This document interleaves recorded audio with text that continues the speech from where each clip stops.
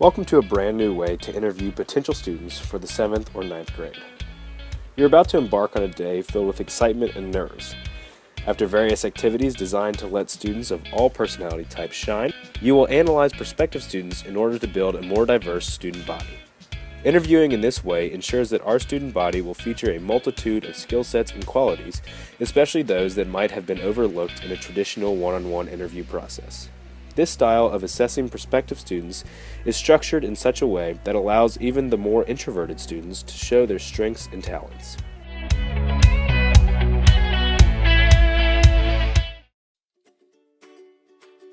Welcoming your students will set the tone for the day. Since this is one of two times when you will be interacting with parents, making a good first impression on both parents and prospective students is vital. If your campus warrants it, set out signs to point out the building in which the welcome will be conducted.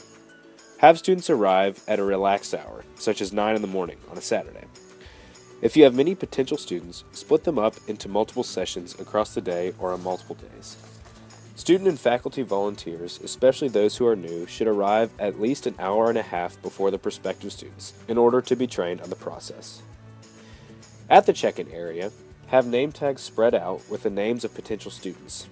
On the name tag, be sure to include the individual's group. Have a student volunteer standing by to show the way to the group staging area. Here, another student volunteer will be ready to welcome and greet these students, allowing them to loosen up and grow comfortable with not only the environment, but also the people in their group.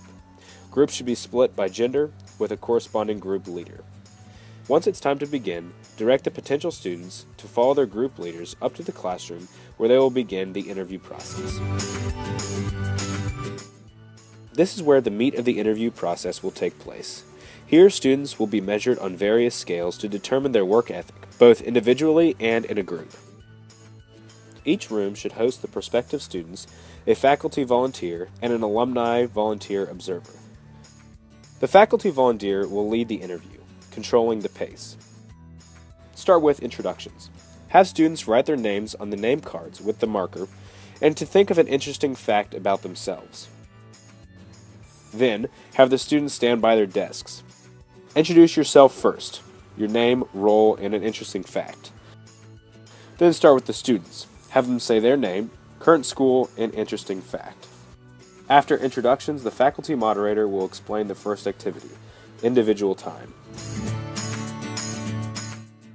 Students will be given a piece of paper face down and a pencil. The faculty moderator will explain to the students that they will be given a question and 5 to 10 minutes to jot down notes and ideas that will become a solution.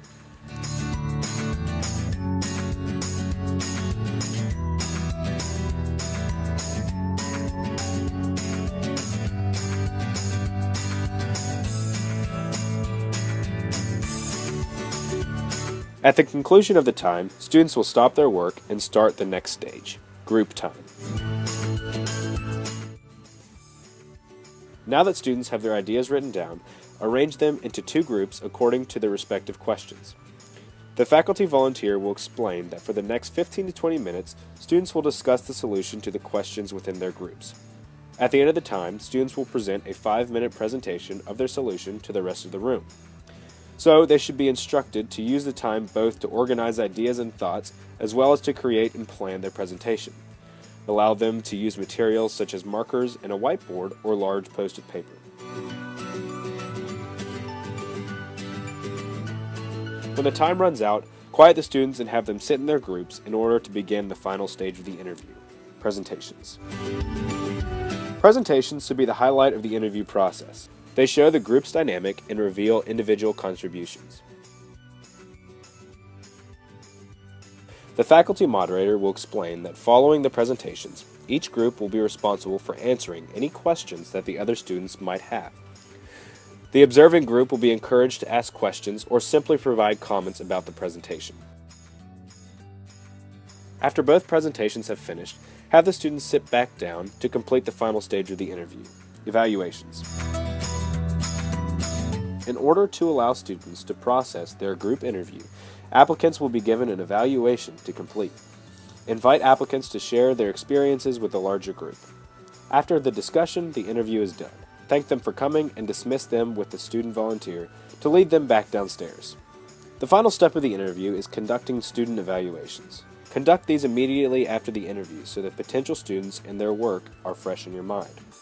Critique students one by one and take your time to evaluate each student correctly through discussion. Now you are ready to interview incoming students in a brand new way that exploits all types of students' abilities and talents. Good luck.